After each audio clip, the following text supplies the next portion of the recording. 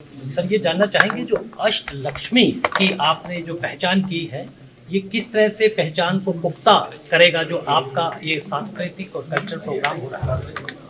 जैसा कि मैंने पहले बताया था, उत्तर पूरी महोत्सव जो हम लोग 13 जनवरी से 17 जनवरी तक प्रगति मैदान में जिसका आयोजन किया जा रहा है, इसमें 8 राज्य के जो प्रमुख विविधताओं को हम दर्शा सकते हैं उनको हम दर्शा रहे हैं। इसमें वहाँ की खान पान की व्यवस्था, वहाँ के कपड़े, वहाँ पर जो आर्थिक अवसर हैं लोगों को जाने के लिए, वहाँ के युवा के बीच में क्या चीज़ हम कर रहे हैं, उन सभी बातों को लेकर हम यहाँ आएंगे।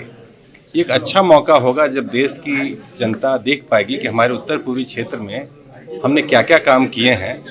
सरकार की प्राथमिकताओं में, जैसा मैंने बताया, सरकार की प्राथमिकताओं में से ये बहुत ऊपर है कि हम उत्तर पूर्वी क्षेत्र के विकास के लिए न केवल संसाधन मुहैया करवाएं, बल्कि उनको हम विकसित भारत के सपने को देखते हुए उसको इंटीग्रेट भी करने के लिए उनके वो व्यवस्था करें और वो सारी गतिविधियां करें।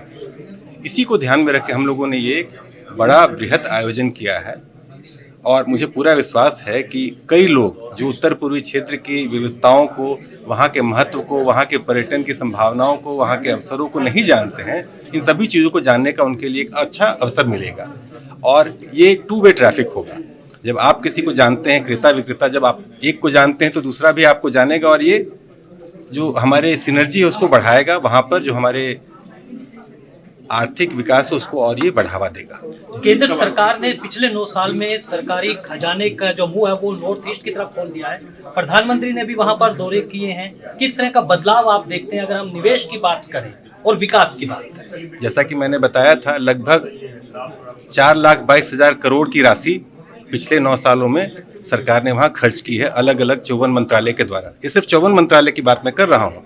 इसके अलावा कई और मंत्रालय हैं जिन्होंने कई ज़्यादा राशि खर्च की, जिसका हम अलग से अभी बता नहीं रहे हैं। अब आप जाएंगे तो आप पाएंगे कि वहाँ पर सड़कों का जाल बिछा हुआ है। आधारभूत संरचनाएं जो इंफ्रास्ट्रक्चर हम कहते हैं, चाहे वो सड़क हो, नेशनल हाईवे बहुत बने हैं, रेल की कनेक्टिविटी जो है वो हर राज्य तक पहुंच चुकी है, एयरपोर्ट हर राज्य में बन गए हैं। इसके अलावा हम लोगों ने वहाँ कृषि क्षेत्र में, वहाँ पर टूरिज्म की और बाकी आधारभूत संरचनाओं के लिए, वहाँ पर हेल्थ सेक्टर में, जल जीवन मिशन में जितनी भी योजनाएं आप देखेंगे, जिसका मैंने कहा कि 10% वहाँ की आबादी 4% से कम है, क्षेत्रफल 8% से कम है और खर्चा हम 10% से अधिक कर रहे हैं। इसका मकसद यही है कि कुछ दिनों में हम उसको लगभग बाकी जो प्रगतिशील राज्य हैं, विकसित राज्य हैं, उसकी कैटेगरी में हम उनको खड़ा कर सकें।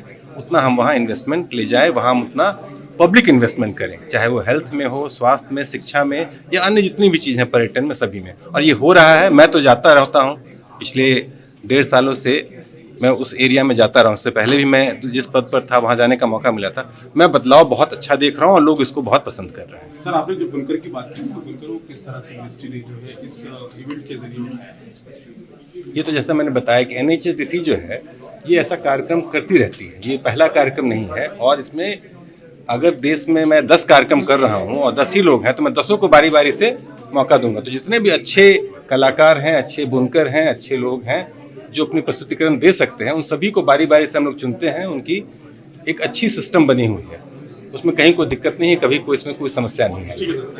एक आखिरी सवाल मैं जानना चाहता हूँ, आपका पूरा लंबा अनुभव रहा है और भगवान का दिया हुआ आपके पास एक ऐसा पद है जो आप कर सकते हैं।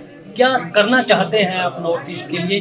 कौन सी ऐसी चुनौती है जिसको आप पार पाना चाहें? चुनौती तो एक देखिए, वहाँ पर जो मैंने कहा आधारभूत संरचनाओं के लिए, वहाँ का जो इलाका है, पहाड़ी इलाका है, उसकी अपनी समस्या है। पहाड़ी इलाकों में आप देखेंगे सड़क बनाना बहुत दुष्कर है, कोई भी सूचना, कोई भी आधारभूत संरचना बनाना दुष्कर है।